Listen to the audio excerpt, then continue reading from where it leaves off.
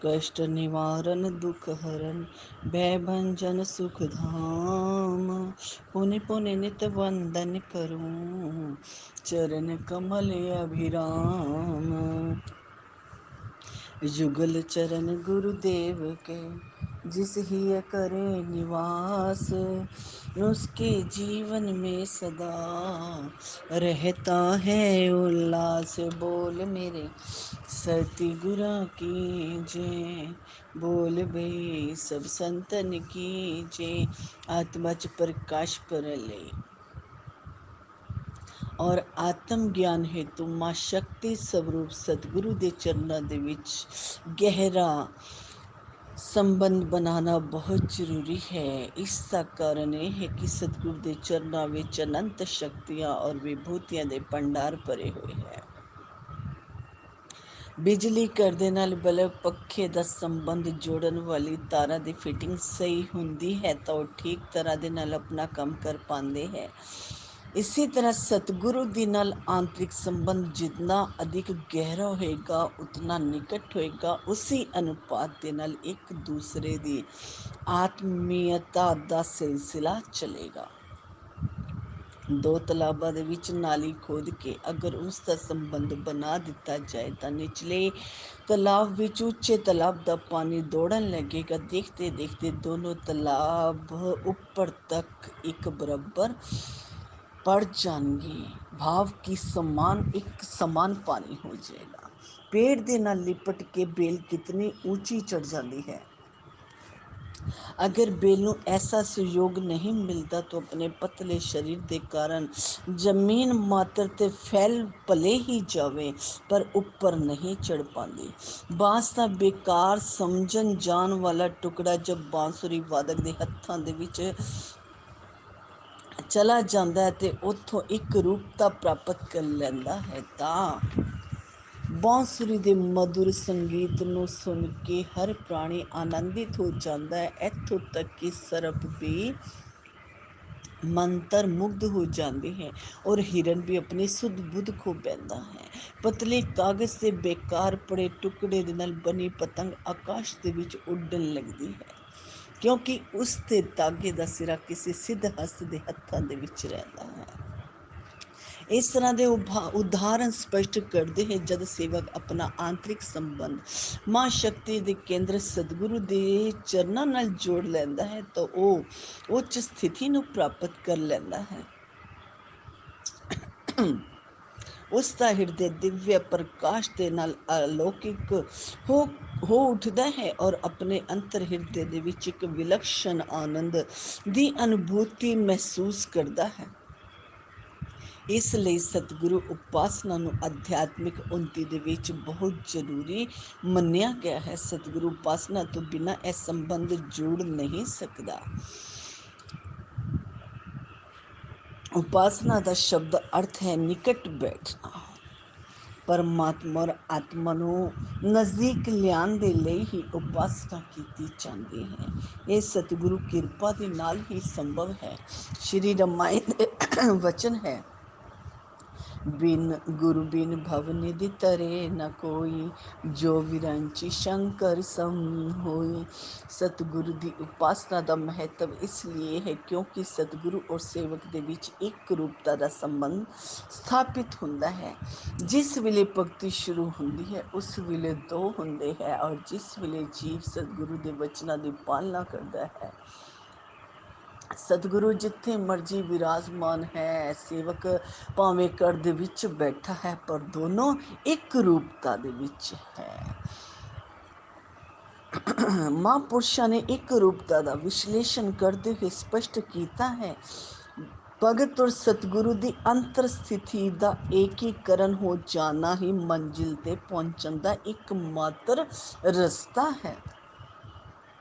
परमात्मा दे नाल मिलना या एक रूपता का स्वरूप उदों ही बनता है जब सेवक अपने इष्ट देव सतगुरु दे नाल एक आत्मकता स्थापित कर लेंदा है। उस दे लई साधक नूं कठपुतली दी तरह रहना पैंदा है। वो अपने सुरती दी डोर नूं सतगुरु दे हत्थां विच सौंप के उसकी आग्या मौज नूं ਮੰਨ ਕੇ ਉਹਨਾਂ ਦੀ ਕਿਰਪਾ ਦੇ ਨਾਲ ਚੱਲਣਾ ਹੁੰਦਾ ਹੈ। ਕਠਪੁਤਲੀ ਅਗਰ ਆਪਣੇ ਮਨ ਦੀ ਕਰਨ ਲੱਗ ਪਵੇ ਤਾਂ ਖੇਲ ਦਾ ਆਨੰਦ ਨਹੀਂ ਆਉਂਦਾ। ਇਸੇ ਤਰ੍ਹਾਂ ਸਫਲ ਉਪਾਸਨਾ ਉਹੀ ਹੈ ਜੋ ਸ਼ਿਸ਼ ਆਪਣੇ ਸਭ ਕਰਮਾਂ ਨੂੰ ਸਤਿਗੁਰਾਂ ਨੂੰ ਸਮਰਪਿਤ ਕਰ ਉਹਨਾਂ ਦੀ ਮੌਜ ਅਨੁਸਾਰ ਕੰਮ ਕਰਦਾ ਹੈ। ਮਹਾਂਪੁਰਸ਼ਾਂ ਦਾ ਕਥਨ ਹੈ ਕਿ ਲੱਕੜੀ ਔਰ ਅਗਨੀ ਦਾ ਫਲ ਪ੍ਰਤੱਖ ਹੈ। ਗਿੱਲੀ ਲੱਕੜੀ ਵੀ ਅੱਗ ਦੇ ਕੋਲ ਪਹੁੰਚ ਕੇ ਆਪਣੀ ਨਮੀ ਗਵਾ ਬਹਿੰਦੀ ਹੈ। ਅੱਗ ਦੀ ਗਰਮੀ ਨੂੰ ਅਨੁਪ੍ਰਾਣਿਤ ਕਰਦੀ ਜਾਂਦੀ ਹੈ। ਜਦੋਂ ਅੱਗ ਦੇ ਨਿਕਟ ਪਹੁੰਚਦੀ ਹੈ, ਅੱਗ ਔਰ ਲੱਕੜੀ ਇੱਕ ਸਵਰੂਪ ਹੋ ਜਾਂਦੀ ਹੈ। ਤੋ ਭਗਤ ਨੂੰ ਵੀ ਇਸੇ ਤਰ੍ਹਾਂ ਦਾ ਭਾਵ ਸਤਿਗੁਰੂ ਦੇ ਪ੍ਰਤੀ ਪੂਰਨਤଃ ਸਮਰਪਿਤ ਕਰਕੇ ਉਹਨਾਂ ਦੇ ਵਚਨਾਂ ਦਾ ਅਨੁਸ਼ਾਸਨ ਦੇ ਨਾਲ ਪਾਲਨ ਕਰਦੇ ਖੁਦ ਨੂੰ ਇੱਕ ਰੂਪ ਬਣਾਉਣਾ ਹੈ। ਐਸੀ ਸਥਿਤੀ ਦੇ ਵਿੱਚ ਇੱਕ ਆਤਮ ਸੰਬੰਧ ਹੁੰਦਾ ਹੈ। ਇਹ ਮਿਲਨ ਮਨੁੱਖ ਦੇਹੀ ਦੇ ਵਿੱਚ ਹੀ ਸੰਭਵ ਹੈ। ਅਨਯ ਯੋਨੀਆਂ ਭੋਗਤਾ ਹੋਣ ਦੇ ਕਾਰਨ ਇਸ ਸੁਅਵਸਰ ਦਾ ਲਾਭ ਨਹੀਂ ਉਠਾ ਪਾਉਂਦੀਆਂ। परमात्मा से आत्मा जुदा रही बहुकाल, सुंदर मेला हो गया जब सतगुरु मिले दयाल। ਚੰਦਨ ਦੀ ਸਮੀਪਤਾ ਪਾਣ ਵਾਲੀਆਂ ਝੜੀਆਂ ਸੁਗੰਧਿਤ ਹੋ ਜਾਂਦੀਆਂ ਹੈ। ਸਵਾਤੀ ਬੂੰਦ ਦੇ ਸੰਜੋਗ ਦੇ ਨਾਲ ਸੀਪ ਦੇ ਵਿੱਚ ਮੋਤੀ ਪੈਦਾ ਹੋ ਜਾਣਾ, ਪਾਰਸ ਛੂ ਕੇ ਲੋਹੇ ਦਾ ਸੋਨਾ ਬਣ ਜਾਣਾ, ਨਾਲੇ ਦੇ ਪਾਣੀ ਦਾ ਗੰਗਾ ਦੇ ਵਿੱਚ ਮਿਲ ਕੇ ਗੰਗਾ ਜਲ ਬਣ ਜਾਣਾ ਔਰ ਬੂੰਦ ਦਾ ਸਮੁੰਦਰ ਦੇ ਵਿੱਚ ਮਿਲ ਕੇ ਸਮੁੰਦਰ ਬਣ ਜਾਣਾ। ਇਸ ਤਰ੍ਹਾਂ ਦੇ ਅਣਗਿਣਤ ਉਦਾਹਰਨ ਹੈ ਜਿਨ੍ਹਾਂ ਦੇ ਆਧਾਰ 'ਤੇ ਇਹ ਕਿਹਾ ਜਾ ਸਕਦਾ ਹੈ ਭਗਤ ਔਰ ਭਗਵਾਨ ਦੀ ਏਕਤਾ ਉਪਾਸਨਾ ਦੀ ਡੋਰੀ ਕਿਤਨੀ ਮਜ਼ਬੂਤ ਹੋਣੀ ਚਾਹੀਦੀ ਹੈ। ਸਭ ਸੰਤਾਂ ਦਾ ਮਤ ਯਹੀ, सब ग्रंथों का सार, चित राखो गुरु चरण में जो चाहो भव पार। ਸ੍ਰਿਸ਼ਟੀ ਦੇ ਸ਼ੁਰੂ ਤੋਂ ਸਭ ਭਗਤਾਂ ਨੇ ਸਤਿਗੁਰੂ ਦੇ ਚਰਨਾਂ ਦੇ ਵਿੱਚ ਸ਼ਰਨਾਗਤ ਹੋ ਕੇ ਖੁਦ ਨੂੰ ਮੁਰਦਾ ਮੰਨ ਕੇ ਆਤਮ ਸਮਰਪਣ ਭਾਵ ਦੇ ਨਾਲ ਹੀ ਉਪਾਸਨਾ ਕੀਤੀ ਹੈ।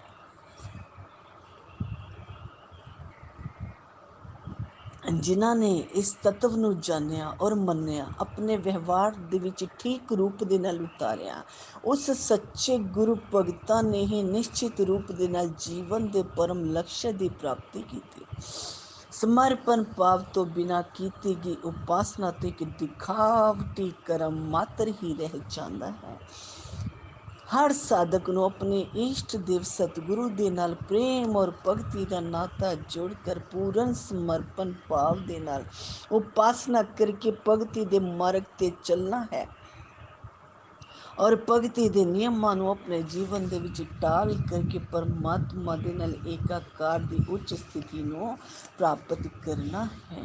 ਜਦ ਅਸੀਂ ਕਿਸੇ ਨੂੰ ਕੋਈ ਚੀਜ਼ ਸਮਰਪਿਤ ਕਰ ਦਿੰਦੇ ਹਾਂ, ਚਾਹੇ ਵਸਤਰ ਹੋਣ, ਚਾਹੇ ਬਰਤਨ ਹੋਣ, ਚਾਹੇ ਤਨ ਹੋਵੇ, ਚਾਹੇ ਜ਼ਮੀਨ ਹੋਵੇ, ਚਾਹੇ ਗਾਂ ਹੋਵੇ, ਉਸ ਵਸਤੂ 'ਤੇ ਸਾਡਾ ਅਧਿਕਾਰ ਕੁਛ ਰਹਿ ਨਹੀਂ ਜਾਂਦਾ।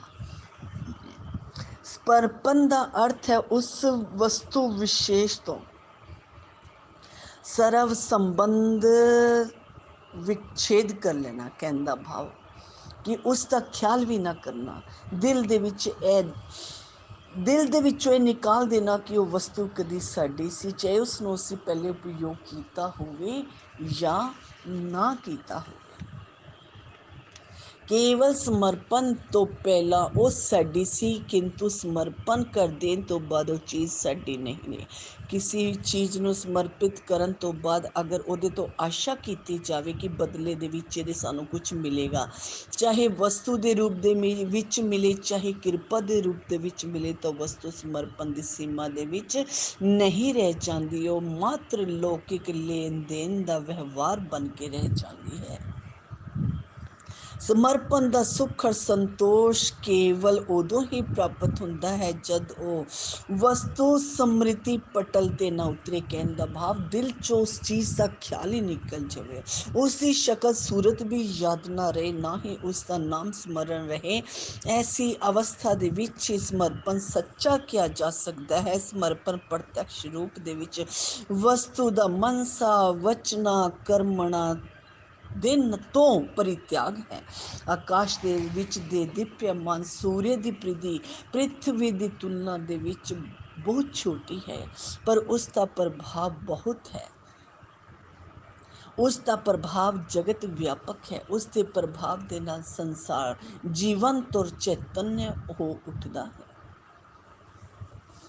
ਇੱਕ ਸਮੇਂ ਦੀ ਗੱਲ ਹੈ ਕਿ ਇੱਕ ਵਾਰ ਸ਼੍ਰੀ 108 ਸ਼੍ਰੀ ਪਰਮਹੰਸ ਦਿਆਲ ਜੀ ਸ਼੍ਰੀ ਪ੍ਰਥਮ ਪਾਤਸ਼ਾਹੀ ਜੀ ਬਾਹਰ ਖੇਤਾਂ ਦੇ ਵਿੱਚ ਸੈਰ ਕਰ ਰਹੇ ਸੀਗੇ, ਔਰ ਦੋ ਸੇਵਕ ਵੀ ਸ਼੍ਰੀ ਗੁਰੂ ਮਹਾਰਾਜ ਜੀ ਦੇ ਨਾਲ ਸੀ, ਔਰ ਜੋ ਕਿ ਕ੍ਰਿਸ਼ੀ ਕਾਰਿਆ ਕਰਦੇ ਸੀਗੇ। ਕੁਝ ਸਮੇਂ ਉਪਰੰਤ ਸ਼੍ਰੀ ਗੁਰੂਦੇਵ ਜੀ ਨੇ ਇੱਕ ਵ੍ਰਿਕਸ਼ ਦੀ ਛਾਇਆ ਦੇ ਵਿੱਚ ਬੈਠ ਕੇ ਉਹਨਾਂ ਸੇਵਕਾਂ ਦੇ ਨਾਲ ਸਤਸੰਗ ਔਰ ਪਰਮਾਰਥ ਦੇ ਵਿਸ਼ੇ ਦੇ ਵਿੱਚ ਵਾਰਤਾਲਾਪ ਕਰਨ ਲੱਗੇ। ਐਨੇ ਦੇ ਵਿੱਚ ਇੱਕ ਸ਼੍ਰੀ ਦਰਸ਼ਨ ਔਰ ਸਤਸੰਗ ਦਾ ਲਾਭ ਪ੍ਰਾਪਤ ਕਰਨ ਲਈ ਇੱਕ ਧਨੀ ਸੇਠ ਜੀ ਦਾ ਆਗਮਨ ਹੋਇਆ। ਸੇਠ ਜੀ ਨੇ ਆਉਂਦੇ ਹੀ ਸ਼੍ਰੀ ਚਰਨ ਕਮਲਾਂ ਦੇ ਵਿੱਚ ਦੰਡਵਤ ਪ੍ਰਣਾਮ ਤੋਂ ਬਾਅਦ ਸ਼ਰਧਾ ਔਰ ਭਗਤੀ ਭਾਵਪੂਰਵਕ ਪਸ਼ਮੀਨੇ ਦੀ ਇੱਕ ਬਹੁਤ ਮੁੱਲਿਆ ਸ਼ਾਲ ਭੇਟ ਕਰ ਦਿੱਤੀ, ਔਰ ਸ਼੍ਰੀ ਵਚਨਾਮ੍ਰਿਤ ਪਾਨ ਕਰਨ ਲਈ ਉੱਥੇ ਹੀ ਬੈਠ ਗਿਆ। ਅਚਾਨਕ ਤੇਜ਼ ਹਵਾ ਚੱਲੀ। ਥੋੜੀ ਹੀ ਦੇਰ ਦੇ ਵਿੱਚ ਆਕਾਸ਼ ਬੱਦਲਾਂ ਦੇ ਨਾਲ ਭਰ ਗਿਆ। ਵਰਸ਼ਾ ਦੇ ਨਾਲ ਓਲੇ ਵੀ ਵਸਣ ਲੱਗ ਪਏ। ਬਰਸਾਤ ਤਾਂ ਰੁਕ ਗਈ, ਪਰ ਠੰਡੀ ਹਵਾ ਚੱਲ ਪਈ। ਦੋਨੋਂ ਸੇਵਕਾਂ ਦੇ ਵਸਤਰ ਪਾਣੀ ਦੇ ਨਾਲ ਬਹੁਤ ਭਿੱਗ ਗਏ ਸੀਗੇ, ਬਹੁਤ ਗਿੱਲੇ ਹੋ ਗਏ ਸੀਗੇ। ਠੰਡੀ ਹਵਾ ਦੇ ਨਾਲ ਉਹਨਾਂ ਦਾ ਸਰੀਰ ਕੰਬਣ ਲੱਗ ਪਿਆ, ਪਰ ਉਹ ਆਪਣੇ ਪਰਮ ਪ੍ਰਿਯ ਆਤਮਾ ਦੁਆਰ ਸ਼੍ਰੀ ਗੁਰੂਦੇਵ ਜੀ ਦੇ ਦਰਸ਼ਨ ਕਰਨੇ ਔਰ ਉਹਨਾਂ ਦੇ ਮੁਖਾਰ ਵਰਿੰਦ ਤੋਂ ਉਚਾਰਿਤ ਵਚਨਾਂ ਨੂੰ ਹਿਰਦੇ ਦੇ ਵਿੱਚ ਬਹੁਤ ਧਿਆਨ ਦੇ ਨਾਲ ਸੁਣ ਰਹੇ ਸੀ, ਜਿਸ ਦੇ ਕਿ ਉਹ ਵਚਨਾਂ ਦੇ ਵਿੱਚ ਹੀ ਲੀਨ ਹੋ ਗਏ। ਮਹਾਂਪੁਰਸ਼ਾਂ ਤੇ ਕਰੁਣਾ ਦਾ ਗਾਰ ਔਰ ਦਇਆ ਦੇ ਸਿੰਧੂ ਹੁੰਦੇ ਹੈ, ਸ਼ਰਨਾਗਤ ਦੀ ਸੁਰੱਖਿਆ ਔਰ ਉਹਨਾਂ ਦੀ ਕੁਸ਼ਲ ਛੇਮ ਦੇ ਵਿੱਚ ਸਦਾ ਸਜਗ ਰਹਿੰਦੇ ਹੈ। ਉਹਨਾਂ ਨੇ ਉਹ ਲੋਈ ਚੁੱਕੀ ਔਰ ਦੇਖਦੇ ਹੀ ਦੇਖਦੇ ਨਿੱਜ ਕਰ ਕਮਲਾਂ ਦੇ ਨਾਲ ਫਾੜ ਕੇ ਉਸ ਦੇ 3 ਟੁਕੜੇ ਕਰ ਦਿੱਤੇ। ਇੱਕ ਇੱਕ ਟੁਕੜਾ ਦੋਨੋਂ ਸੇਵਕਾਂ ਨੂੰ ਓੜਨ ਦੇ ਲਈ ਦੇ ਦਿੱਤਾ। ਤੀਸਰੇ ਟੁਕੜੇ ਨੂੰ ਖੁਦ ਆਪਣੇ ਸ਼੍ਰੀ ਵਿਗ੍ਰਹਿ ਦੇ ਉੱਪਰ ਓੜ ਲਿੱਤਾ। ਸੇਠ ਜੀ ਨੇ ਆਪਣੇ ਦੁਆਰਾ ਲਿਆਈ ਗਈ ਬਹੁਮੁੱਲੇ ਲੋਹੇ ਦੀ ਇਹ ਦਸ਼ਾ ਦੇਖੀ ਤੇ ਤੁਰੰਤ ਬੋਲ ਉੱਠੇ, ਸ਼੍ਰੀ ਮਹਾਰਾਜ ਜੀ, ਇਹ ਪਸ਼ਮੀਨੇ ਦੀ ਲੋਈ ਬਹੁਤ ਮੁੱਲਿਆਵਾਨ ਹੈ। ਇਸ ਪ੍ਰਕਾਰ ਟੁਕੜੇ ਹੁੰਦੇ ਦੇਖ ਕਰ ਮੇਰੇ ਤੋਂ ਸਹਿਨ ਨਹੀਂ ਹੋ ਰਿਹਾ। ਤੇ ਸੇਠ ਜੀ ਨੇ ਇਹ ਵਾਕਿਆ ਸੁਣੇ। ਦੀਨ ਦਿਆਲੂ ਪਰਮ ਹਿਤੈਸ਼ੀ ਸ੍ਰੀ ਸਤਿਗੁਰੂ ਦੇਵ ਜੀ ਦੇ ਮੁਖਾਰ ਵਰਿੰਦ ਤੋਂ ਸ਼੍ਰੀ ਵਚਨ ਨਿਕਲੇ, ਤੁਸੀਂ ਤਾਂ ਇਹ ਲੋਈ ਸਾਨੂੰ ਅਰਪਣ ਕਰ ਦਿੱਤੀ ਹੈ, ਤਾਂ ਫਿਰ ਵੀ ਉਸ ਦਾ ਮੋਹ ਤੁਹਾਡੇ ਹਿਰਦੇ ਦੇ ਵਿੱਚ ਬਣਿਆ ਹੋਇਆ ਹੈ। ਜੋ ਵਸਤੂ ਅਰਪਣ ਕਰ ਦਿੱਤੀ, ਉਹਦੇ ਤੇ ਤੁਹਾਡਾ ਕੀ ਅਧਿਕਾਰ ਰਹਿ ਗਿਆ? ਤੁਸੀਂ ਖੁਦ ਹੀ ਦੇਖ ਰਹੇ ਹੋ ਕਿ ਲੋਹੇ ਦੇ 3 ਟੁਕੜੇ ਕੀਤੇ, 2 ਸੇਵਕਾਂ ਨੂੰ ਕਿਤਨਾ ਆਰਾਮ ਮਿਲ ਰਿਹਾ, ਫਿਰ ਇੱਕ ਟੁਕੜਾ ਤਾਂ ਅਸੀਂ ਖੁਦ ਆਪਣੇ ਉੱਤੇ ਓੜ ਲਿੱਤਾ ਹੈ। ਮਹਾਂਪੁਰਸ਼ਾਂ ਦੇ ਵਚਨ ਬਹੁਤ ਸਰਲ ਔਰ ਸਿੱਧੇ ਹੁੰਦੇ ਹੈ, ਔਰ ਹਿਰਦੇ ਤੇ ਵਿਸ਼ੇਸ਼ ਰੂਪ ਦੇ ਨਾਲ ਪ੍ਰਭਾਵਸ਼ੀਲ ਹੁੰਦੇ ਹੈ। ਸੇਠ ਜੀ ਦੇ ਵਿਵੇਕ ਚਕਸ਼ੂ ਖੁੱਲ ਕੇ ਪੁਲਕਿਤ ਹੋ ਕੇ ਉਹਨਾਂ ਨੇ ਸਾਸ਼ਟਾਂਗ ਦੰਡਵਤ ਪ੍ਰਣਾਮ ਕਰਕੇ ਸ਼ਮਾ ਯਾਚਨਾ ਕੀਤੀ। ਛਣ ਮਾਤਰ ਦੇ ਵਿੱਚ ਦੁਰਲਭ ਸਿਕਸ਼ਾ ਬਖਸ਼ਿਸ਼ ਕਰਕੇ ਵਿਵੇਕ ਚਕਸ਼ੂ ਖੋਲ ਦਿੱਤੇ। ਥੋੜੇ ਸਮੇਂ ਦਾ ਸਤ ਸੰਗਤ ਦੇ ਨਾਲ ਸੁੱਤੀ ਆਤਮਾ ਨੂੰ ਜਗਾ ਕੇ ਰੱਖ ਦਿੱਤਾ ਕਿ ਜੋ ਵਸਤੂ ਅਰਪਣ ਕਰ ਦਿੱਤੀ ਜਾਂਦੀ ਹੈ, ਫਿਰ ਉਸ ਦੇ ਨਾਲ ਸਾਡਾ ਕੋਈ ਸੰਬੰਧ ਨਹੀਂ, ਚਾਹੇ ਉਹ ਜਿਸ ਵੀ ਉਪਯੋਗ ਦੇ ਵਿੱਚ ਲਿਆਈ ਜਾਵੇ। ਵਿਵੇਕਸ਼ੀਲ ਮਨੁੱਸ਼ ਨਿਸ਼ਕਾਮ ਭਾਵ ਦੇ ਨਾਲ ਸਾਰੇ ਛੋਟੇ ਵੱਡੇ ਕੰਮ ਪ੍ਰਭੂ ਦੇ ਸ਼੍ਰੀ ਚਰਨ ਕਮਲਾਂ ਦੇ ਵਿੱਚ ਵਿਨਮਰਤਾ ਪੂਰਵਕ ਸਪਰੇਮ ਸਮਰਪਿਤ ਕਰ ਦਿੰਦਾ ਹੈ, ਜਿਸ ਦੇ ਨਾਲ ਉਸ ਦਾ ਅੰਤਕਰਨ ਨਿਰਮਲ ਔਰ ਪਾਵਨ ਹੋ ਜਾਂਦਾ ਹੈ। ਔਰ ਕਹਿਣ ਦਾ ਭਾਵ ਸ਼੍ਰੀ ਸਤਿਗੁਰੂ ਦੇ ਚਰਨ ਕਮਲਾਂ ਦੀ ਨਿਸ਼ਕਾਮ ਸੇਵਾ ਔਰ ਸਮਰਪਣ ਦੇ ਨਾਲ ਮਨੁੱਸ਼ ਦੇ ਹਿਰਦੇ ਦੇ ਵਿੱਚ ਭਗਵਤ ਭਗਤੀ ਉਤਪਨ ਹੁੰਦੀ ਹੈ। ਮਹਾਂਪੁਰਸ਼ਾਂ ਦੇ ਸ਼੍ਰੀ ਚਰਨਾਂ ਦੇ ਵਿੱਚ ਜੋ ਵੀ ਵਸਤੂ ਸੇਵਾ ਕੋਈ ਵੀ ਕਾਰਜ ਸਮਰਪਿਤ ਕੀਤਾ ਜਾਏ, ਪ੍ਰੇਮ ਪੂਰਵਕ ਹਿਰਦੇ ਦੇ ਨਾਲ ਸ਼ਰਧਾ ਵਿਸ਼ਵਾਸ ਪੂਰਵਕ ਬਿਨਾਂ ਫਲ ਦੀ ਆਸ਼ਾ ਕੀਤੇ ਦੀਨਤਾ ਪੂਰਵਕ ਹੋਣਾ ਚਾਹੀਦਾ ਹੈ। ਤਾਂ ਹੀ ਭਗਤੀ ਦਾ ਰੰਗ ਲੱਗਦਾ ਹੈ। ਸ਼੍ਰੀ ਸਤਿਗੁਰਦੇਵ ਮਹਾਰਾਜ ਜੀ ਸਾਖਸ਼ਾਤ ਤ੍ਰਿਲੋਕੀਨਾਥ ਹੈ, ਜਗਤ ਦੇ ਆਧਾਰ ਹੈ, ਭਗਤਾਂ ਦੇ ਸਰਵਸਵ ਹੈ, ਸਗੁਣ ਸਾਕਾਰ ਸ਼੍ਰੀ ਪੂਰਨ ਪਾਰ ਬ੍ਰਹਮਾ ਹੈ, ਮਨੁੱਖ ਦੇ ਧਾਰੀ ਹੁੰਦੇ ਹੋਏ ਵੀ ਦੇਹ ਤੋਂ ਪਰੇ ਹੈ, ਵਿਚਾਰ ਦਾ ਸਫੁਰਨ ਹੁੰਦੇ ਹੀ ਉਹਨਾਂ ਦੇ ਸਮਸਤ ਕਾਰਜ ਸੰਪੂਰਨ ਹੋ ਜਾਂਦੇ ਹੈ। ਵਿਚਾਰ ਮਨ ਚ ਆਇਆ ਕਿ ਕੁੱਲ ਸ੍ਰਿਸ਼ਟੀ ਉਹਨਾਂ ਦੇ ਵਚਨ ਪਾਲਨ ਕਰਨ ਵਾਸਤੇ ਹੱਥ ਜੋੜ ਕੇ ਖੜੀ ਹੈ। ਉਹਨਾਂ ਨੂੰ ਆਪਣੇ ਲਈ ਕੁਛ ਨਹੀਂ ਚਾਹੀਦਾ। ਭਗਤਾਂ ਦੀ ਪ੍ਰੇਮਮਈ ਸੇਵਾ, ਭੇਟਾ ਪੂਜਾ ਜੋ ਵੀ ਗ੍ਰਹਿਣ ਕਰਦੇ ਹੈ ਉਹ ਜੀਵਾਂ ਦੇ ਪਰਮਾਰਥ ਹਿੱਤ ਹੁੰਦੀ ਹੈ, ਪਰਮਾਰਥ ਦੇ ਵਿੱਚ ਹੀ ਖਰਚ ਹੋ ਕੇ ਭਗਤਾਂ ਦਾ ਕਲਿਆਣ ਕਰਦੀ ਹੈ। ਵਿਚਾਰਵਾਨ ਭਗਤ ਜਨ ਜੋ ਵੀ ਸ਼੍ਰੀ ਚਰਨਾਂ ਦੇ ਵਿੱਚ ਸਮਰਪਿਤ ਕਰਦੇ ਹੈ ਉਹ ਵਿਸ਼ੁੱਧ ਨਿਸ਼ਕਾਮ ਭਾਵ ਭੀਨੀ ਹਾਰਦਿਕ ਪ੍ਰੀਤੀ ਦਾ ਪ੍ਰਤੀਕ ਹੈ। ਸ੍ਰਿਸ਼ਟੀ ਦੇ ਰਚੈਤਾ ਸ਼੍ਰੀ ਭਗਵਾਨ ਆਤਮ ਲਾਭ ਦੇ ਨਾਲ ਪਰਿਪੂਰਨ ਹੋ, ਉਹਨਾਂ ਨੂੰ ਕਿਸੇ ਪ੍ਰਾਣੀ ਦੇ ਕਿਸੇ ਪਦਾਰਥ ਦੀ ਜ਼ਰੂਰਤ ਨਹੀਂ ਹੈ। ਉਹਨਾਂ ਨੂੰ ਮਨੁੱਖ ਦੁਆਰਾ ਸੋ ਪੂਜਿਤ ਔਰ ਸੁਸੇਵਿਤ ਹੋਣ ਦੀ ਵੀ ਚਾਹ ਨਹੀਂ ਹੈ, ਨਾ ਹੀ ਉਹਨਾਂ ਨੂੰ ਕਿਸੇ ਚੀਜ਼ ਦੀ ਕਾਮਨਾ ਹੈ। ਉਹ ਕੇਵਲ ਆਪਣੀ ਅਪਾਰ ਕਰੁਣਾ ਦੇ ਕਾਰਨ ਭਗਤਾਂ ਦੁਆਰਾ ਸ਼ਰਧਾ ਪ੍ਰੇਮ ਨਿਸ਼ਕਾਮ ਭਾਵ ਨਾਲ ਦੀਨਤਾ ਪੂਰਵਕ ਦਿੱਤੀ ਹੋਈ ਭੇਟ ਪੂਜਾ ਸਵੀਕਾਰ ਕਰਦੇ ਹੈ। ਜਿਸ ਤਰ੍ਹਾਂ ਨਿਜ ਮੁਖ ਦੀ ਸ਼ੋਭਾ ਦਰਪਣ ਦੇ ਵਿੱਚ ਬਣੇ ਮੁਖ ਦੇ ਪ੍ਰਤੀਬਿੰਬ ਨੂੰ ਸੁਸ਼ੋਭਿਤ ਕਰਦੀ ਹੈ। ਭਗਤ ਵਰਿੰਦ ਜੋ ਵੀ ਸੇਵਾ ਭੇਟਾ ਸ਼੍ਰੀ ਚਰਨਾਂ ਦੇ ਵਿੱਚ ਸਮਰਪਿਤ ਕਰਦੇ ਹੈ ਉਹ ਵੀ ਪਰਮ ਕਲਿਆਣ ਪ੍ਰਦ ਰੂਪ ਦੇ ਵਿੱਚ ਭਗਤ ਵਰਿੰਦ ਨੂੰ ਦੁਬਾਰਾ ਪ੍ਰਾਪਤ ਹੋ ਜਾਂਦੀ ਹੈ। ਐਸੀ ਬਖਸ਼ਿਸ਼ਾਂ ਹੈ ਸੰਤ ਸਤਿਗੁਰੂ ਦੀਆਂ ਕਿ ਇੱਕ ਪੱਤਰ ਪੁਸ਼ਪ ਫਲ ਭੇਟ ਚੜਾਵੇ, ਜੋ ਇਤਨਾ ਵੀ ਚੜਾਉਂਦਾ ਹੈ ਤੇ ਕਿਤਨੇ ਗੁਣਾ ਹੋ ਕੇ ਉਸ ਸੇਵਕ ਨੂੰ ਗੁਰੂ ਮਹਾਰਾਜ ਜੀ ਕਿਰਪਾ ਦੇ ਨਾਲ ਬਖਸ਼ਿਸ਼ ਕਰ ਦਿੰਦੇ ਨੇ। ਇਸ ਅਧਿਆਤਮਿਕ ਲਾਭ ਦੇ ਅਤਿਰਿਕਤ ਭਗਤ ਜਨਾਂ ਨੂੰ ਲੋਕ ਪਰਲੋਕ ਦੇ ਨਿਰਮਲ ਯਸ਼ ਦੀ ਪ੍ਰਾਪਤੀ ਹੋ ਜਾਂਦੀ ਹੈ। ਲੌਕਿਕ ਜੀਵਨ ਦਾ ਅਨੁਭਵ ਹੈ ਕਿ ਜਿਸ ਨੂੰ ਆਵਸ਼ਕਤਾ ਹੋਵੇ ਉਸ ਨੂੰ ਹੀ ਕੁਝ ਦਿੱਤਾ ਜਾਂਦਾ ਹੈ, ਨਾ ਚਾਹਣ ਵਾਲੇ ਨੂੰ ਦੇਣਾ ਬਹੁਤ ਕਠਿਨ ਹੈ। ਸਾਡੇ ਕਲਿਆਣ ਦੇ ਲਈ ਸੰਤ ਮਹਾਂਪੁਰਸ਼ ਸੰਸਾਰ ਦੇ ਵਿੱਚ ਅਵਤਰਿਤ ਹੁੰਦੇ ਹੈ। ਸਕਲ ਸ੍ਰਿਸ਼ਟੀ ਦੇ ਵਿੱਚ ਜੋ ਕੁਝ ਵੀ ਹੈ ਉਹਨਾਂ ਦਾ ਸ੍ਰਿਜਨ ਹੈ ਔਰ ਉਹੀ ਇੱਕਮਾਤਰ ਸੁਆਮੀ ਹੈ। ਇਸ ਲਈ ਅਸੀਂ ਜੋ ਕੁਝ ਵੀ ਸ਼੍ਰੀ ਚਰਨਾਂ ਦੇ ਵਿੱਚ ਅਰਪਣ ਕਰਦੇ ਹਾਂ ਉਹਨਾਂ ਦੀ ਵਸਤੂ ਉਹਨਾਂ ਨੂੰ ਹੀ ਲੌਟਾਉਣ ਦੀ ਕਿਰਿਆ ਮਾਤਰ ਹੈ। ਫਿਰ ਹੰਕਾਰ ਕਿਸ ਚੀਜ਼ ਦਾ? ਜਦੋਂ ਸਾਡੇ ਦੁਆਰਾ ਅਰਪਣ ਕੀਤੀ ਹੋਈ ਚੀਜ਼ ਸਵੀਕਾਰ ਕਰਦੇ ਹੈ ਔਰ ਮਾਲਿਕ ਪ੍ਰਸੰਨ ਹੁੰਦੇ ਹੈ ਤਾਂ ਉਸ ਦਾ ਮਤਲਬ ਇਹ ਹੈ ਕਿ ਸਾਨੂੰ ਭੌਤਿਕ ਚੀਜ਼ਾਂ ਦਾ ਤਿਆਗ ਕਰਨਾ ਸਿਖਾ ਰਹੇ ਹੈ। ਭਗਤਾਂ ਦੁਆਰਾ ਸਮਰਪਿਤ ਕੀਤੀ ਹੋਈ ਭੇਟ ਸਵੀਕਾਰ ਕਰਨ ਦਾ ਮੁੱਖ ਕਾਰਨ ਪ੍ਰਭੂ ਦੀ ਅਪਾਰ ਕਰੁਣਾ ਹੈ। ਇਸ ਕਰੁਣਾ ਸਵਰੂਪ ਹੀ ਭਗਤਾਂ ਦੇ ਮਾਇਆ ਸਖਤ ਮਨ ਸ਼੍ਰੀ ਚਰਨਾਂ ਦੀ ਔਰ ਆਕਰਸ਼ਿਤ ਹੋ ਜਾਂਦਾ ਹੈ। ਉਨ ਪਤਿਤ ਪਾਵਨ ਚਰਨ ਕਮਲਾਂ ਦੀ ਪ੍ਰੀਤੀ ਦੇ ਵਿੱਚ ਮਨ ਬੰਧ ਜਾਂਦਾ ਹੈ ਔਰ ਉਹਨਾਂ ਦੇ ਸ਼੍ਰੀ ਚਰਨਾਂ ਦੇ ਵਿੱਚ ਆਪਣੀ ਪ੍ਰਿਯ ਵਸਤੂ ਅਰਪਣ ਕਰਕੇ ਭਗਤਾਂ ਨੂੰ ਸੱਚੇ ਸੁੱਖ ਔਰ ਸੰਤੋਸ਼ ਦੀ ਅਨੁਭੂਤੀ ਹੁੰਦੀ ਹੈ ਔਰ ਅਧਿਕ ਅਰਪਣ ਕਰਨ ਦਾ ਉਤਸ਼ਾਹ ਉਤਪਨ ਹੁੰਦਾ ਹੈ। ਤਾਂ ਧਿਆਨ ਨਿਧੀ ਭਗਤੀ ਭਾਵ ਦੇ ਨਾਲ ਅਰਪਣ ਕੀਤੀ ਹੋਈ ਭੇਟ ਸਵੀਕਾਰ ਕਰ ਪ੍ਰਸੰਨਤਾ ਵਿਅਕਤ ਕਰਦੇ ਹੈ। ਉਹਨਾਂ ਦੀ ਹਰ ਕਿਰਿਆ ਭਗਤਾਂ ਦੇ ਕਲਿਆਣ ਹੇਤੂ ਹੁੰਦੀ ਹੈ। ਇੱਕ ਮਹਾਤਮਾ ਜੀ ਸੀ ਰਮਤਾਰਾਮ ਅਲਮਸਤ ਮੂਰਤੀ ਘੁੰਮਦੇ ਇੱਕ ਪਿੰਡ ਦੇ ਨਜ਼ਦੀਕ ਪਹੁੰਚੇ। ਸਵੱਛ ਜਲ ਦੇ ਨਾਲ ਭਰੀਪੂਰਨ ਨਦੀ ਬਹਿ ਰਹੀ ਸੀ। ਤੱਟ ਤੇ ਇੱਕ ਸੁੰਦਰ ਮੰਦਿਰ ਸੀ। ਸਾਹਮਣੇ ਹੀ ਪੀਪਲ ਦੇ ਚਾਰੋਂ ओर ਇੱਕ ਲੰਬਾ ਚੌੜਾ ਚਬੂਤਰਾ ਸੀ। ਬਹੁਤ ਸੁੰਦਰ ਸਥਾਨ ਸੀ। 5 ਦਿਨ ਦੇ ਲਈ ਮਹਾਤਮਾ ਜੀ ਉਸ ਸਥਾਨ ਤੇ ਰੁਕੇ। ਉਹਨਾਂ ਦੇ ਪਧਾਰਨੇ ਦੀ ਖਬਰ ਚਾਰੋਂ ओर ਫੈਲ ਗਈ। ਝੁੰਡਾਂ ਦੇ ਝੁੰਡ ਸੰਗਤਾਂ ਉਹਨਾਂ ਦੇ ਦਰਸ਼ਨਾਰਥ ਆਉਣ ਲੱਗੀਆਂ। ਮਹਾਤਮਾ ਜੀ ਨੇ ਉਹਨਾਂ ਦੇ ਨਾਲ ਭਗਤੀ ਵਾਰਤਾ ਸਤਸੰਗ ਚਰਚਾ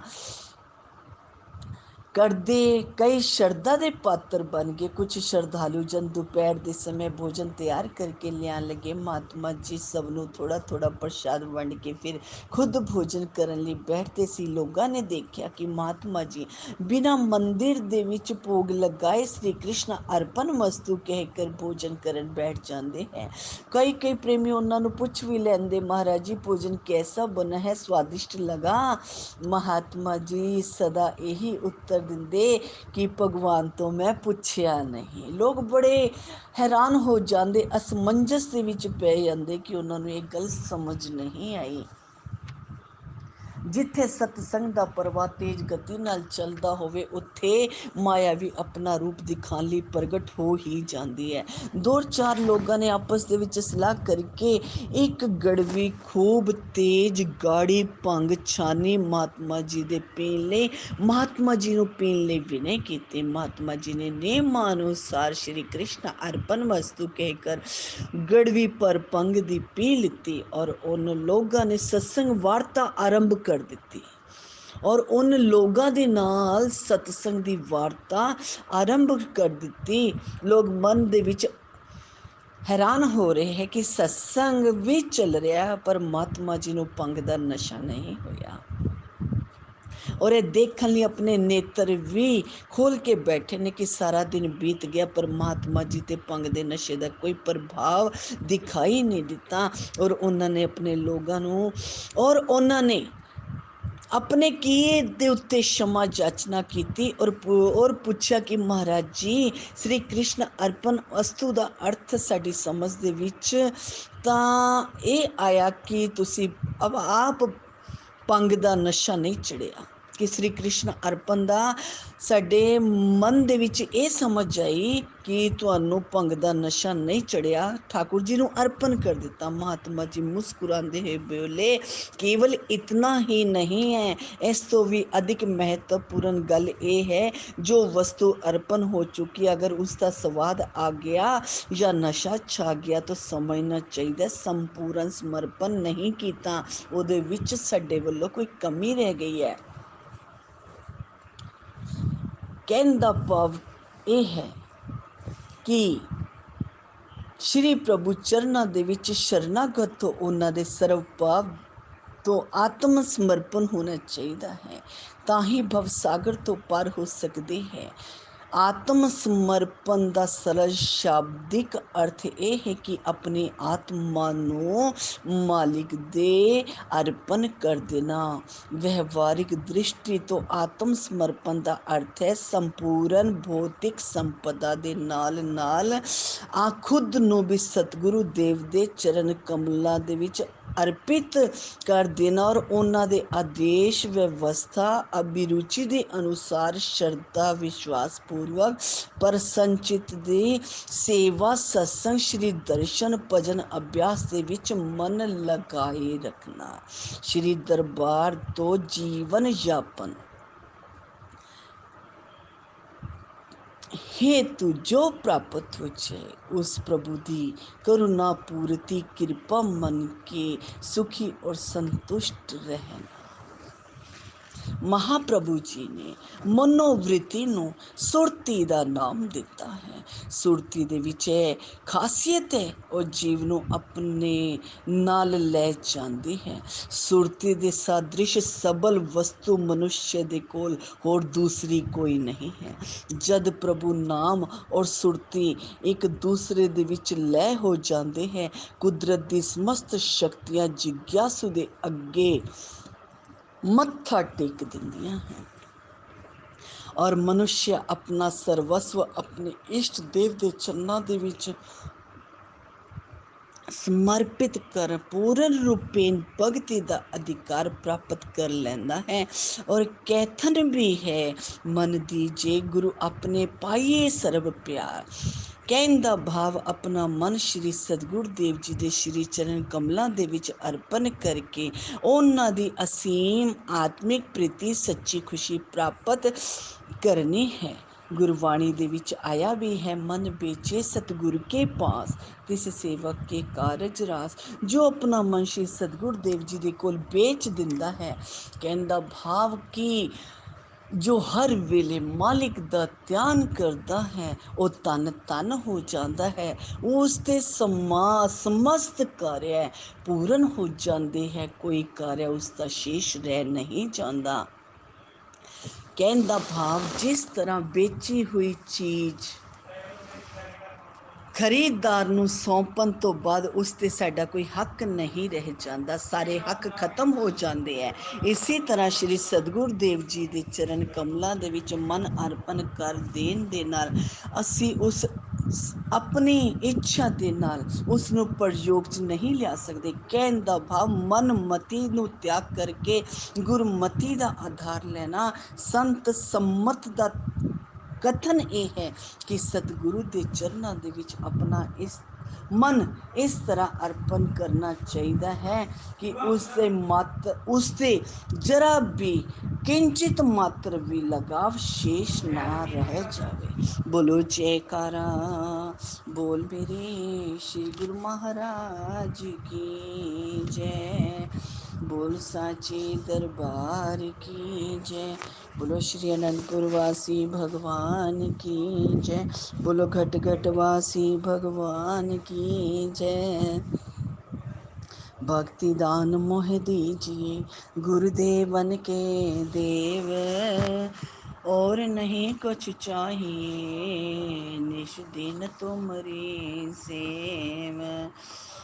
बिन तुद होर जो मंगना सिर दुखां दे दुख, दे नाम संतोखियां उतरे मन दे भुख। बोल ਮੇਰੇ ਸਹਿਤੀ ਗੁਰਾਂ ਦੀ ਜੈ। ਕਿਸੇ ਸਮੇਂ ਦੇ ਵਿੱਚ ਵਰਤੰਤ ਨਾਮ ਦੇ ਰਿਸ਼ੀ ਦੇ ਆਸ਼ਰਮ ਦੇ ਵਿੱਚ ਅਨੇਕਾਂ ਵਿਦਿਆਰਥੀ ਪੜ੍ਹ ਰਹੇ ਸੀਗੇ, ਔਰ ਰਿਸ਼ੀ ਆਪਣੇ ਸ਼ਿਸ਼ ਮੰਡਲੀ ਨੂੰ ਪੂਰਨ ਨਿਸ਼ਠਾ ਔਰ ਮਿਹਨਤ ਦੇ ਨਾਲ ਸਭ ਵਿਦਿਆ ਸਿਖਾ ਰਹੇ ਸੀਗੇ। ਇਸ ਕਾਰਨ ਦੂਰ ਦੂਰ ਤੱਕ ਉਹਨਾਂ ਦੀ ਮਹਿਮਾ ਫੈਲ ਗਈ। ਗੁਰੂ ਪੂਰਨਿਮਾ ਦੇ ਦਿਨ ਸਭੀ ਸੇਵਕ ਆਉਂਦੇ ਔਰ ਗੁਰੂ ਮਹਾਰਾਜ ਜੀ ਦੀ ਪ੍ਰਾਰਥਨਾ ਇਸ ਪ੍ਰਕਾਰ ਕਰਦੇ ਕਿ ਗੁਰੁਰ ਬ੍ਰਹਮਾ ਗੁਰੁਰ ਵਿਸ਼ਨੂੰ ਗੁਰੁਰ ਦੇਵੋ ਮਹੇਸ਼ਵਰਾ ਗੁਰੁਰ ਸਾਖਸ਼ਾਤ ਪਾਰ ਬ੍ਰਹਮ ਤਸਮੈ ਸ਼੍ਰੀ ਗੁਰੂਦੇਵੋ ਨਮः। ਗੁਰੂ ਪੂਰਨਿਮਾ ਦਾ ਉਤਸਵ ਮਨਾਇਆ ਜਾ ਰਿਹਾ ਸੀ। ਸਭੀ ਗੁਰੂ ਜਨ ਪ੍ਰਸੰਨ ਸੀਗੇ। ਵਰਤੰਤ ਰਿਸ਼ੀ ਵੀ ਉੱਚ ਆਸਨ ਤੇ ਵਿਰਾਜਮਾਨ ਸੀ। ਸਭ ਸ਼ਿਸ਼ ਸ਼ਰਧਾ ਔਰ ਸਮਰਥ ਅਨੁਸਾਰ ਉਹਨਾਂ ਦੇ ਚਰਨਾਂ ਦੇ ਵਿੱਚ ਦਕਸ਼ਨਾ ਰੱਖ ਕੇ ਪ੍ਰਣਾਮ ਕਰਦੇ ਔਰ ਆਸ਼ੀਰਵਾਦ ਪ੍ਰਾਪਤ ਕਰ ਰਹੇ ਸੀਗੇ। ਉਹਨਾਂ ਸੇਵਕਾਂ ਦੇ ਵਿੱਚ ਇੱਕ ਪਰਮ ਭਗਤ ਪਰਮ ਸੇਵਕ ਕੋਤਸ ਨਾਮ ਦਾ ਸ਼ਿਸ਼ਯ ਵੀ ਸੀ, ਜਿਸ ਨੇ 12 ਸਾਲ ਤੱਕ ਉਸ ਆਸ਼ਰਮ ਦੇ ਵਿੱਚ ਅਧਿਐਨ ਕੀਤਾ, ਸਿੱਖਿਆ ਗ੍ਰਹਿਣ ਕੀਤੀ। ਇਸ ਦੇ ਨਾਲ ਗੁਰੂ ਮਹਾਰਾਜ ਜੀ ਦੀ ਸੇਵਾ ਵੀ ਮਨ ਲਗਾ ਕੇ ਕੀਤੀ। ਜਦ ਨੰਬਰ ਵਾਈਜ਼ ਉਸ ਨੇ ਵੀ ਵਿਧੀਵਤ ਪੂਜਾ ਕੀਤੀ, ਪੁਸ਼ਪ ਮਾਲਾ ਪਹਿਨਾਈ, ਪ੍ਰਾਰਥਨਾ ਕਰਦੇ ਹੋਏ ਕਿਹਾ, ਗੁਰੂਦੇਵ ਦਕਸ਼ਨਾ ਮੈਂ ਕੀ ਦੇਵਾਂ। ਗੁਰੂਦੇਵ ਬੋਲੇ, ਪੁੱਤਰ ਤੂੰ ਸਾਡੀ ਬਹੁਤ ਸੇਵਾ ਕੀਤੀ ਹੈ, ਸਾਡੀ ਗਾਈਆਂ ਦੀ ਰਕਸ਼ਾ ਕੀਤੀ ਹੈ, ਘਰ ਦੇ ਸਾਰੇ ਕੰਮ ਤੁਸੀਂ ਗੁਰੂ ਮਾਤਾ ਦਾ ਕਰਕੇ ਗੁਰੂ ਮਾਤਾ ਦਾ ਮਨ ਮੋਹ ਲਿਆ ਹੈ। ਇਸ ਲਈ ਸਾਨੂੰ ਤੇਰੇ ਕੋਲੋਂ ਕੋਈ ਗੁਰੂ ਦਕਸ਼ਨਾ ਦੀ ਜ਼ਰੂਰਤ ਨਹੀਂ ਹੈ। ਤੇਰੀ ਸੇਵਾ ਦੇ ਵਿੱਚ ਹੀ ਗੁਰੂ ਦਕਸ਼ਨਾ ਸਾਨੂੰ ਮਿਲ ਗਈ ਹੈ। ਕੋਸ ਸ਼ਿਸ਼ ਨੇ ਫਿਰ ਕਿਹਾ ਕਿ ਤੁਸੀਂ ਮੈਨੂੰ 12 ਸਾਲ ਤੱਕ ਬਹੁਤ ਕਠਿਨ परिश्रम करके मैनू पूरी विद्या पढ़ाई है, कुछ दक्षिणा तो अवश्य देनी चाहिए है। पर कुछ बार बार गुरु ਨੂੰ ਦਕਸ਼ਨਾ ਹੇਤੂ ਪ੍ਰਾਰਥਨਾ ਕਰ ਰਹੇ ਹੈ। ਉਹਨਾਂ ਦਾ ਇਤਨਾ ਹੱਠ ਦੇਖ ਕੇ ਗੁਰੂਦੇਵ ਨੂੰ ਗੁੱਸਾ ਆ ਗਿਆ, ਕ੍ਰੋਧ ਆ ਗਿਆ। ਕ੍ਰੋਧ ਦੇ ਵਿੱਚ ਉਫਨਦੇ ਹੋਏ ਰਿਸ਼ੀ ਬੋਲੇ, ਅਗਰ ਤੁਸੀਂ ਦਕਸ਼ਨਾ ਦੇਣ ਦਾ ਇਤਨਾ ਹੀ ਆਗ੍ਰਹਿ ਕਰ ਰਹੇ ਹੋ ਤੇ ਜਾਓ, 12 ਸਾਲਾਂ ਦੇ ਵਿੱਚ ਮੈਂ ਤੁਹਾਨੂੰ 14 ਵਿਦਿਆ ਸਿਖਾਈਆਂ ਨੇ, ਇਸ ਲਈ ਜਾਓ। 14 ਕਰੋੜ स्वर्ण मुद्रा दक्षिणा है, अगर देना चाहना है तो 14 करोड़ मुद्रा ही मैनू लिया के दे। और वो सेवक उसी वेले विनीत स्वर दे विच बोलिया, जो आज्ञा गुरु दी।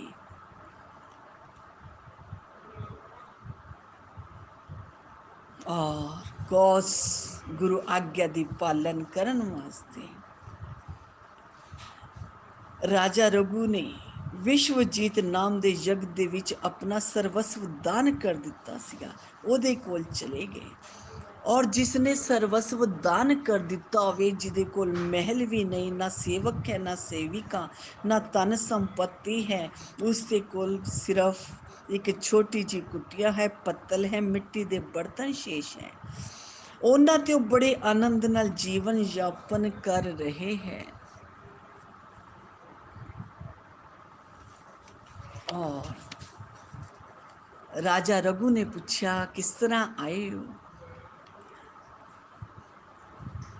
ਰਿਸ਼ੀਆਂ ਦੇ ਵਿੱਚ ਸ੍ਰੇਸ਼ਟ ਤੁਹਾਡੇ ਗੁਰੂ ਦੇਵ ਜੀ ਠੀਕ ਤਾਂ ਹੈ? ਤੁਹਾਨੂੰ ਗ੍ਰਸਤ ਜੀਵਨ ਦੇ ਵਿੱਚ ਪ੍ਰਵੇਸ਼ ਕਰਨ ਦੀ ਆਗਿਆ ਦੇ ਦਿੱਤੀ?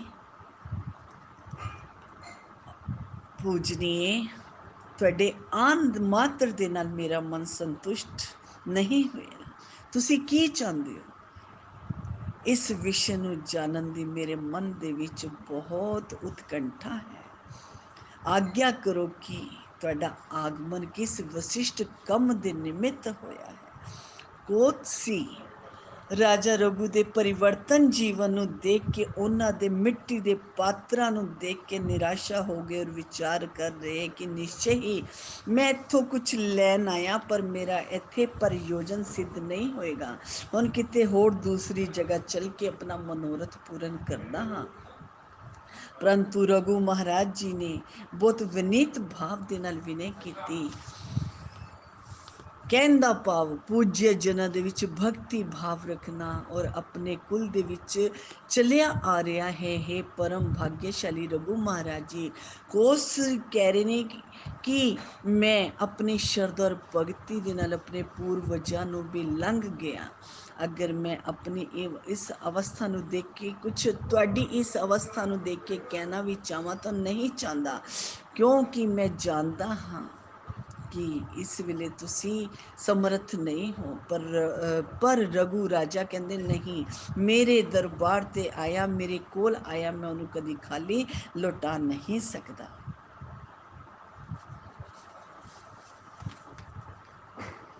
ਰਾਜਾ ਬੋਲੇ, ਮੁਨੀਵਰ, ਹੁਣ ਮੇਰੀ ਅਥੀ ਸ਼ੀਤਲਤਾ ਦੇ ਵਿੱਚ ਵਿਸ਼ਰਾਮ ਕੀਜੀਏ। ਰਾਜਾ ਨੇ ਕਿਹਾ, ਮੈਂ ਤੈਨੂੰ ਖਾਲੀ ਵਾਪਿਸ ਲੁਟਾਊਂਗਾ ਨਹੀਂ, ਤੂੰ ਮੇਰੇ ਘਰ ਦੇ ਵਿੱਚ, ਮੇਰੀ ਚੌਪੜੀ ਦੇ ਵਿੱਚ ਵਿਸ਼ਰਾਮ ਕਰ, ਜਬ ਤੱਕ ਮੈਂ ਤੇਰੀ ਗੁਰਦਕਸ਼ਨਾ ਦਾ ਇੰਤਜ਼ਾਮ ਨਹੀਂ ਕਰ ਦਿੰਦਾ, ਤਬ ਤੱਕ ਤੁਸੀਂ ਇੱਥੇ ਹੀ ਰਹਿਣਾ ਹੈ।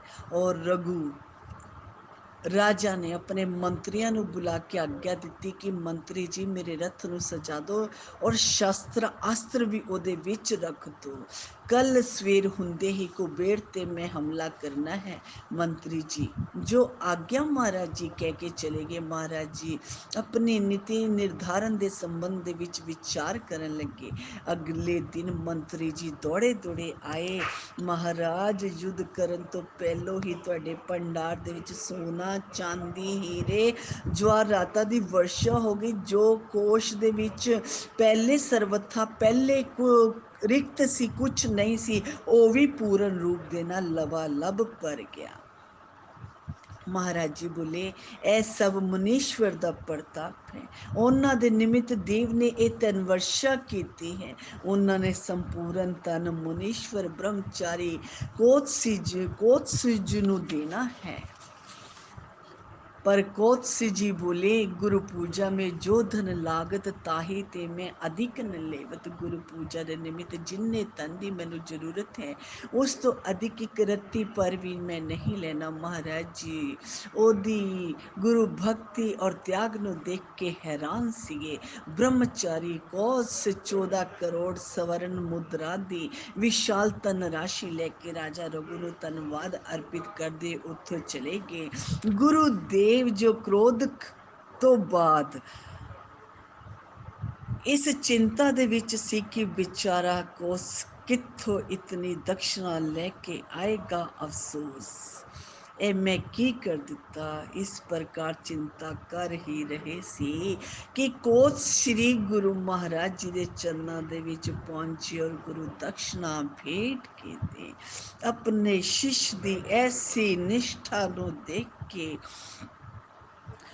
खुश हो के उठे और अपने शिष्य ਨੂੰ ਉਸ ਦੀ ਗੁਰੂ ਭਗਤੀ ਤੇ ਅਨੇਕੋ ਆਸ਼ੀਰਵਾਦ ਬਖਸ਼ਿਸ਼ ਕੀਤੇ। ਗੁਰੂਦੇਵ ਦੀ ਪ੍ਰਸੰਨਤਾ ਦਾ ਆਸ਼ੀਰਵਾਦ ਹੀ ਸੇਵਕ ਦੀ ਆਪਣੀ ਦੌਲਤ ਹੈ, ਨਿੱਜੀ ਪੂੰਜੀ ਹੈ। ਭਗਤੀ ਪਥ ਦਾ ਸਹੀ ਰਾਹੀ ਇਸੀ ਪਗਡੰਡੀ ਤੇ ਚਲਦੇ ਹੋਏ ਆਪਣੇ ਲਕਸ਼ ਨੂੰ ਪ੍ਰਾਪਤ ਕਰ ਮਨੁੱਖ ਜਨਮ ਨੂੰ ਸਫਲ ਬਣਾ ਲੈਂਦਾ ਹੈ। ਮੇਰੇ ਸਾਚੇ ਸਾਹਿਬਾ क्या नहीं घर तेरे, घर ता तेरे सब कुछ है, जिस देवे सो पावे। बोल मेरे सतगुरां की जय, बोल बई सब संतन की जय। बिन तुद होर जो मंगना, सिर दुखां दे दुख, देई नाम संतोखिया, उतरे मन दे पोख। बोल मेरे सतगुरां की जय, बोल बई सब संतन की जय। बोलो श्री अनंतपुर वासी भगवान की जय, बोलो घट घट वासी भगवान की जय, बोलो श्री अपने अपने श्री गुरुदेव महाराज की जय।